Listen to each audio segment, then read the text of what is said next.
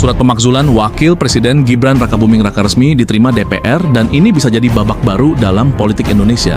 4 Jenderal Purnawirawan TNI, termasuk Fahrul Razi dan Tiasno Soedarto, mendesak DPR dan MPR untuk segera memproses pemakzulan lewat surat tertanggal 26 Mei 2025. Surat ini sudah beredar luas di kalangan wartawan dan bikin heboh publik karena menyangkut posisi tertinggi kedua di negeri ini. DPR menyatakan hal ini jadi wewenang pimpinan, tapi tekanan dari para purnawirawan jelas bukan sinyal biasa. Apakah ini bentuk kontrol demokrasi? Tahun 2014, ketika menjadi ahli buat Prabowo mengatakan, kalau ditemukan pelanggaran konstitusi, tidak tertutup kemungkinan hakim-hakim MK untuk membatalkan pemilu sebagaimana yang terjadi di Thailand. Saya ingat betul itu Bang Yusril. Bang Yusril juga yang ngomong di Twitter, ya, kalau pemilu curang, penjahat yang akan berkuasa. Bang Yusril juga ngomong, penjahat dan koruptor. Jadi maksud saya, udahlah kasihlah room kepada rakyat ini. Tidak semuanya orang itu berpikir jabatan, uang. Tidak semua. Banyak orang yang menggunakan hati nuraninya. Banyak kok yang bicara tentang hati nurani. Banyak kok mau melihat bangsa ini lebih baik. Dan saya terus terang, ya, bapak-bapak, ibu-ibu sekalian, tidak mau negeri ini dipimpin oleh pemimpin yang memenangkan pertarungan. Kami usulkan dia untuk dilengsarkan karena kami sayang dengan Prabowo. Saya ikut mendirikan Gerindra. Ya. Saya bawa 26 pati dan kolonel untuk memenangkan Gerindra, untuk bisa Gerindra duduk di Senayan. Ya. Tidak untuk apa? Untuk Gibran, tidak. Gibran sangat jauh dengan anak saya, itu anak saya. Katanya punya ijazah di UTS, anak saya S2 di UTS. Saya sampai coba cari sana, ada nggak nama itu? Tidak ada. Ya. Saya inginnya tetap Prabowo silakan jadi presiden. Adik saya, dia 5 lifting di bawah saya. Ya. Saya masuk Akabri tahun 65. Mungkin keluarga itu belum membuat melitur kayu atau segala macam. Saya sudah mengabdi. 34 tahun saya mengabdi di ABRI dan sekarang sudah 22 tahun hampir pensiun. Enggak mengharapkan apa-apa. Cuman mengharapkan supaya kembali ke rel. Ya. Saya sebetulnya sudah membawa resume untuk bagaimana kesalahan sampai dia diangkat. Ya. Nanti saya serahkan pada Deaman untuk apanya itu, karena saya lupa membawa. Dan 8 itu kalau yang pertama dilakukan itu otomatis nomor 2 sampai nomor 8 itu harus dilakukan. Ya, tapi banyak pihak yang tidak suka. Karena kalau kembali ke Undang-Undang Dasar 45, partai tidak ada. Tidak ada. Sistem demokrasi kita tidak ada partai. Dan presiden seumur hidup. MPR menjadi lembaga paling tinggi. Siapa bilang? Karena itu Pak Harto, bukan Bung Karno. Tapi tidak ada. Juga bukan tidak terbatas presiden itu. Terbatas. Cuman sistemnya tidak ada. Dan ini tidak disukai kalau kembali ke Undang-Undang Dasar 45. Nanti kita akan bahas soal yang poin 1. Tapi yang saya bicara soal poin ke-9 itu benar ada? Ada. Itu usulan daripada Habib Rizik. Bagaimana kemudian para purnawirawan ini bisa bertemu dengan Habib Rizik? Oh, kami putar. Untuk mendengarkan suara rakyat kami putar. Bahkan saya ini terlambat. Karena saya diundang oleh MUI dan Muhammadiyah. MUI dan Muhammadiyah? Maksudnya? Di belakang bertemu. Membicarakan apa Pak Soeharto? Ya? Membicarakan apa? Enggak, ya karena dia cuma mengatakan kami mendukung Pak Harto. Kami mendukung 8 poin itu? Yes. MUI dan Muhammadiyah? Iya. Ini bukan asal klaim nih Pak, atau perorangan?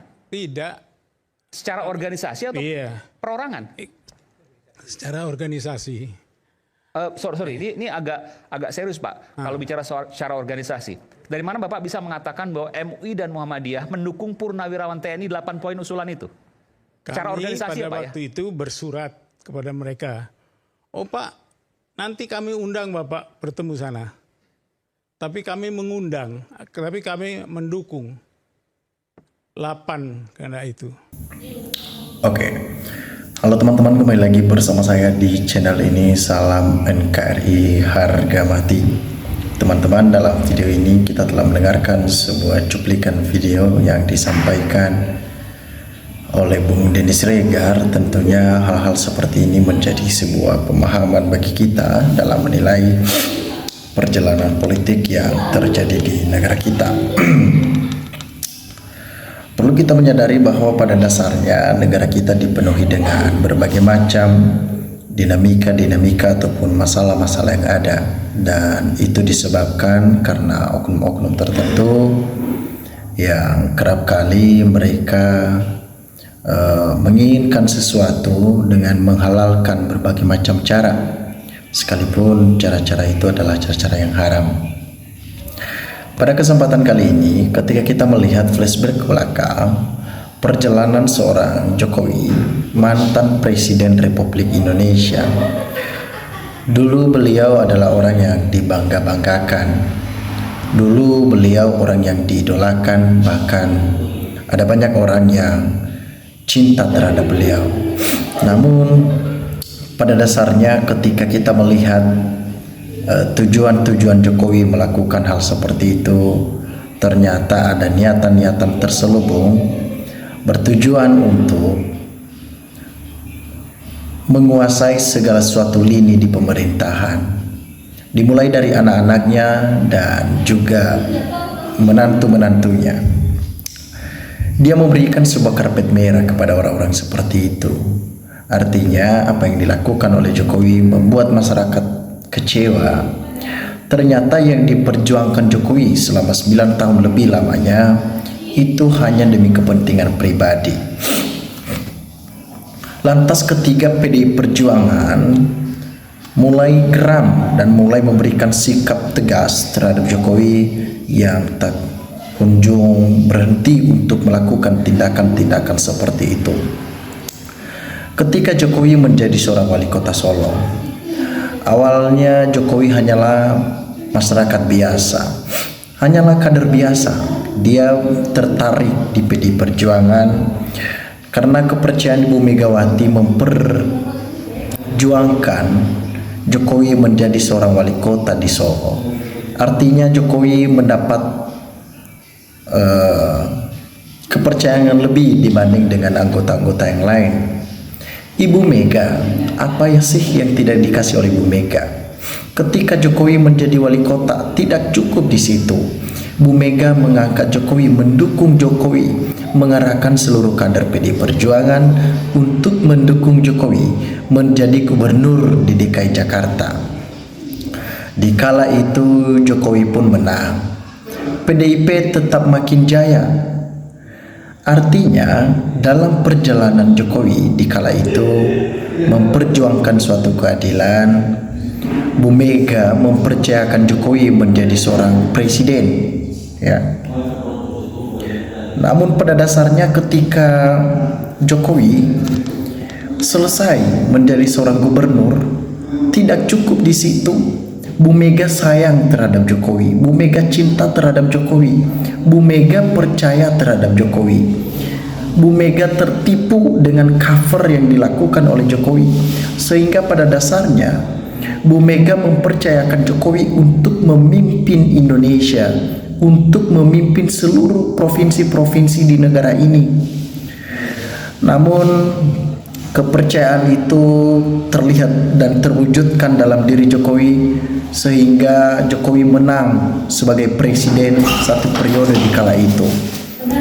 Ketika Jokowi menjadi presiden pertama ke periode pertama, PDI Perjuangan mengerahkan seluruh tenaganya, powernya, semuanya terhadap Jokowi. Namun Jokowi meminta lagi. Tidak cukup di situ, Bu Mega mendukung Jokowi untuk menjadi presiden ke periode kedua. Kita pikir Jokowi cukup perjalanannya di sana. Ternyata tidak cukup di situ. Jokowi meminta 3 periode. Dia menghadap Bu Mega. Bu, saya mau 3 periode. Mungkin dengan santai Bu Mega menjawab, "Pak Jokowi, hati-hati, waspadalah. Ya, waspada dan hati-hati. Anda melanggar konstitusi." Mungkin perbedaan ini terjadi bertolak belakang antara pemikiran Jokowi yang di kala itu Jokowi menginginkan 3 periode, sedangkan Bu Mega memberikan peringatan keras terhadap Jokowi yang dimana Jokowi melanggar aturan. Di sanalah perbedaan mulai terjadi. Pelan-pelan Jokowi mulai meninggalkan PDI Perjuangan. Bu Mega pun tahu niatan Jokowi. Bukan dia bodoh akan hal itu. Bu Mega tahu. Ketika Jokowi meninggalkan PDI Perjuangan, bahkan Jokowi berani mengkhianati PDI Perjuangan, apa kata Bu Mega? Hati-hati dan waspadalah. Kita kira Jokowi berhenti di sana. Dia mulai melakukan sebuah tindakan-tindakan yang tidak terpuji dan kurang etis dilakukan oleh seorang mantan presiden selayaknya. Bu Mega sudah habis kesabarannya. Namanya juga manusia, teman-teman.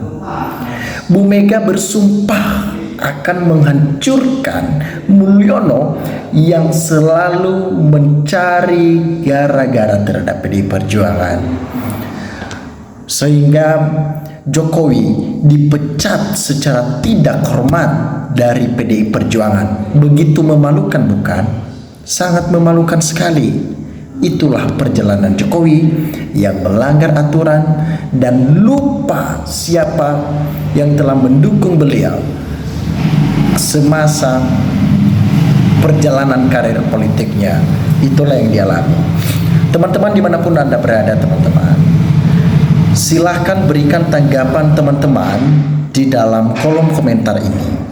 Apa yang teman-teman lihat, apa yang teman-teman dengar, sampaikan di dalam kolom komentar ini sehingga kita dapat bertukar pikiran antar satu dengan yang lain lewat kolom komentar ini. Terima kasih teman-teman. NKRI harga mati.